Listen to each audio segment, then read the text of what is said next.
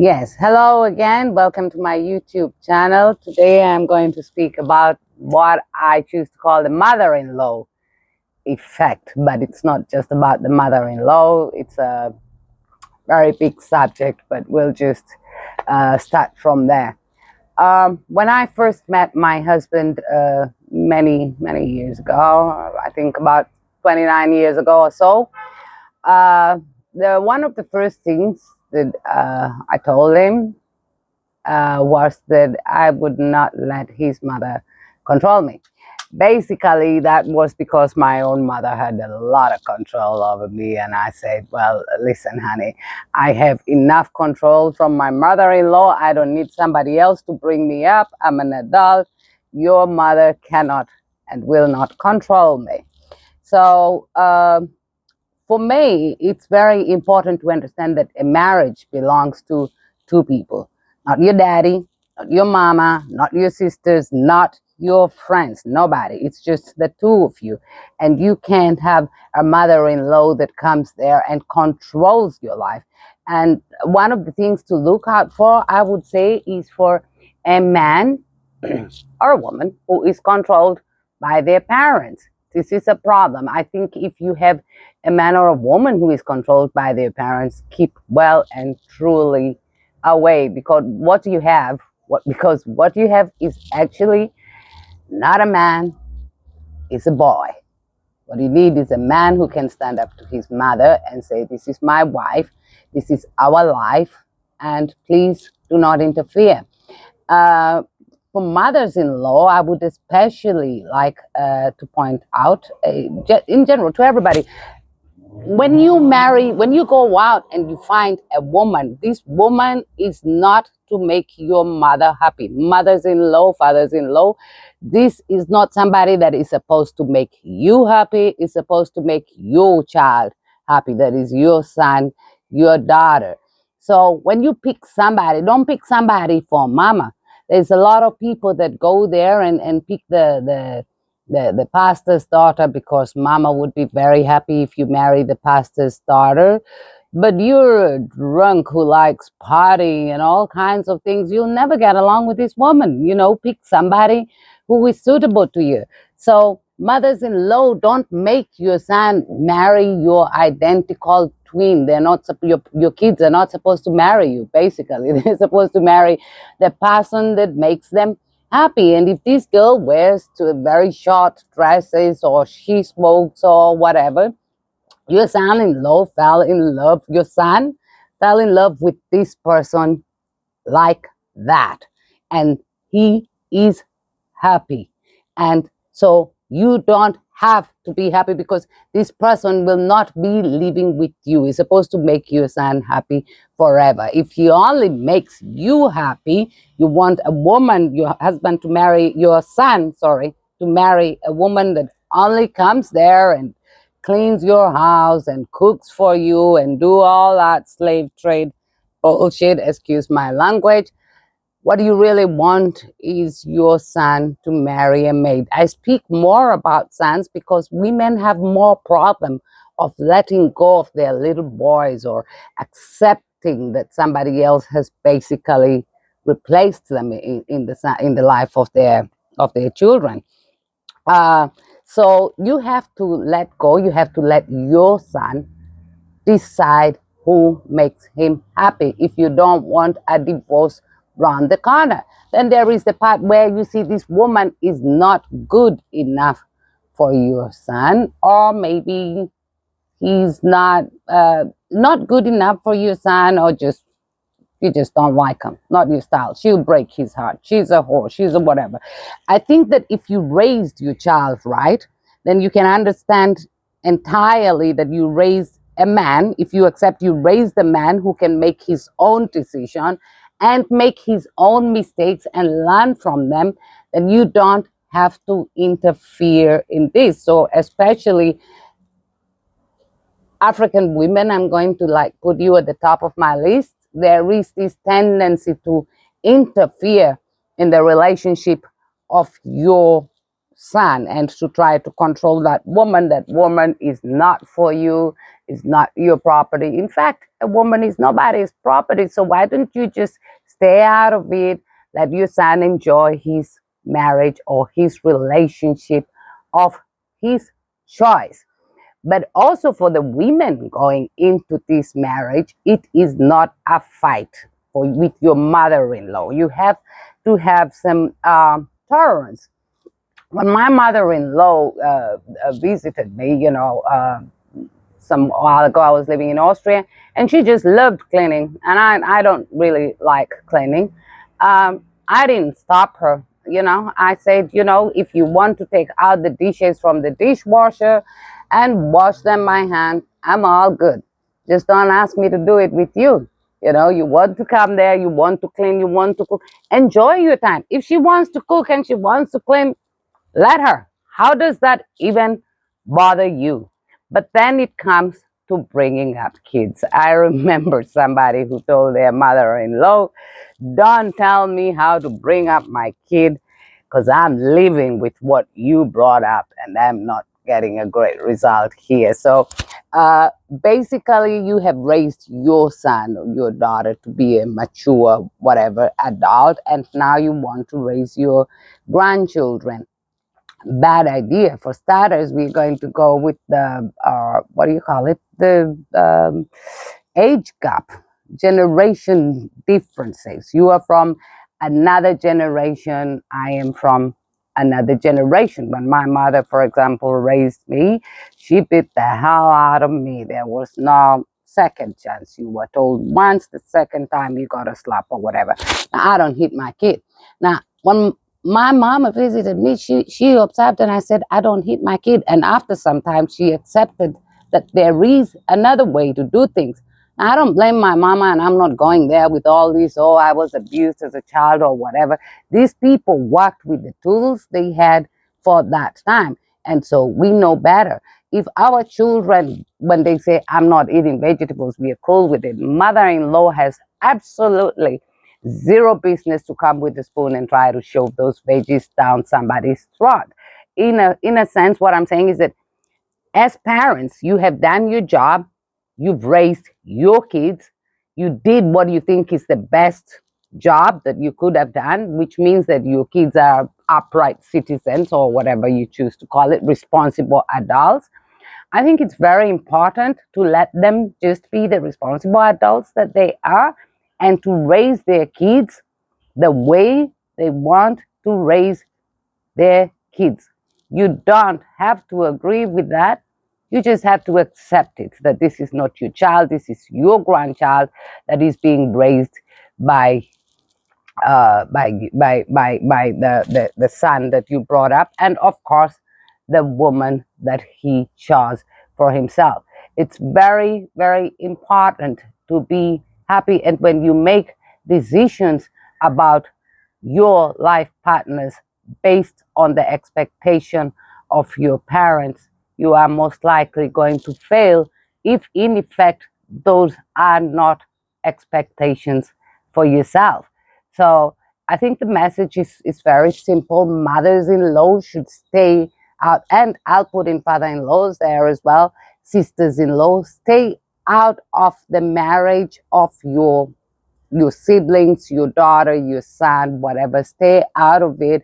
I'll go as much as to say, please mind your own business. Let these two people work it out, or don't work it out. It doesn't matter. But you can't just waltz into somebody's house and act like you own it because it's your brother's house, your son's house. It is not yours. It's a home is for two people. Now, I don't really care what was done 50 years ago, 60 years ago, 100 years ago.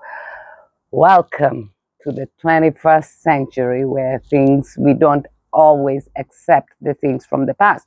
Now, just because things were done in a certain way by my grandmother, my great grandmother, doesn't mean that those things are acceptable today in our society where we where the whole wife situation is, I would say, a little bit different. A long time ago, things were done in a certain way. The men went out to hunt, and the women stayed home and, looked after the baby. Now we are in a generation where, in most cases, both partners are working. So you can't just come there and command her, get up, clean the dishes. Maybe the lady is tired, she came from work, and it is not your place to do so. And as a man, if you want your mother or allow your mother or your father to come and control your home, my suggestion is one. It's very clear. Go home to mommy and leave the big job for the big boys. You are just not ready to be in any kind of relationship. So I would say, if because this problem is a lot is the parents of the men that are doing this, and of course you have the young ladies who have married into this situation. For starters, don't try so hard to fight your mother-in-law. Your fast stop, I would say, is to your husband. She's doing this, she's doing the other, and I don't like it. And hope that your husband does something about it. If he doesn't, then the next step would be to tell her, I really don't like this, and I don't like the other. And if she is nasty, I don't think there's another way to talk about that. I would say you don't really need to be nasty. You can go back to the man again. And if this continues and you feel for sure that this is not workable and this person is in your life on a permanent basis, my advice is let them have each other. Walk away. Because when you accept situations like that, when you accept situations that make you so miserable and people don't think about this, what you're saying is that this is how my life will be until the day I die. Why should it be like that till the day you die? Marriage is no longer the prison that it was set out to be hundreds of years ago. You can walk out. You don't have to accept misery till the day you die. So if your husband is not willing to step up, if your mother-in-law is not willing to step back, and you have tried all kinds of compromises, then my suggestion is to walk away. There is also sometimes I hear people talking about my mother. I want my mother to move in. That is, in effect, a recipe for disaster. I spoke to an Albanian woman recently who told me that her mother in law was ill, and she offered to pay a carer that will care for her mother in law. And the mother in law says, I don't want a carer, I want you. And of course, her husband stood with his mother and said, you should do it, it's your job. What she did was move out. I say kudos to her because, marriage is not like that. And these are also things that people should speak about marriage. What happens before you get married? What happens if your mother is sick? If my mother is sick, are they moving in? How are we going to control that? Mind you, I mean, I have had my mother-in-law visit me. I've had my mother visit me. They are both dead now. May they rest in peace. And it was always not so easy, even though I can honestly say I had one of the best mother-in-laws I could ever think about. But still, it wasn't easy. There is, like I said, a generation gap where, she thinks that she thought anybody who's not getting up at 7 o'clock and cooking and cleaning and making breakfast is a lazy shit. And I don't do that, waking up at 7 o'clock in the morning and cleaning up and all these kind of things. So there was that, but she did accept me the way I was, because my husband made it very clear, this is my woman, this is how she is, this is how I like her. I ain't gonna change it to amuse you. So although, I could feel the negative vibrations there when I roll out of bed at 10 o'clock, uh, they were just vibrations. We never really had to talk about it. Like I said, my husband made it very clear, my home, my wife, my rules. You're the guest, thank you for raising me and all that. But now this is my domain. So if you don't have a man like that, a man who lets his family treat you like a doormat, why the hell would you even be in this relationship? But before I, really dig into the mother-in-law angle, I would say that you need to find out all this stuff before you go ahead and get married. Like I said, in all relationships, there's a lot of compromise to be made. If you're going to visit my mother in the village, and like if I'm a man, we're going to the village, you wear mini skirts that look more like belts or whatever, I could ask you to dress down. It's just, we are not moving to the village, we are just going there for what, 1 week or 2 weeks. I could wear a longer skirt. It's not going to kill me. However, this should not be expected of me in my life, in the city or wherever it is that we live, because then that is my turf. In my turf, I can do what the hell I want. But if I visit people somewhere else, then of course I should dress down. Or maybe even if a mother-in-law is visiting and she gets very irritated by a very short skirt, why not wear a longer skirt just for the 1 week that she's visiting? Again, it's not going to kill you. I'm not saying she should walk all over you, but there's absolutely zero problem with making some compromises. However, if mother-in-law is going to visit and beat the shit out of your child because she was beaten as a child, that is a no-brainer for me. That is where I will give you just one warning: don't do it again. And the next one, if my husband doesn't, I will put him out. I will put her outside with her belongings, because that's not the way I do things. So this is a whole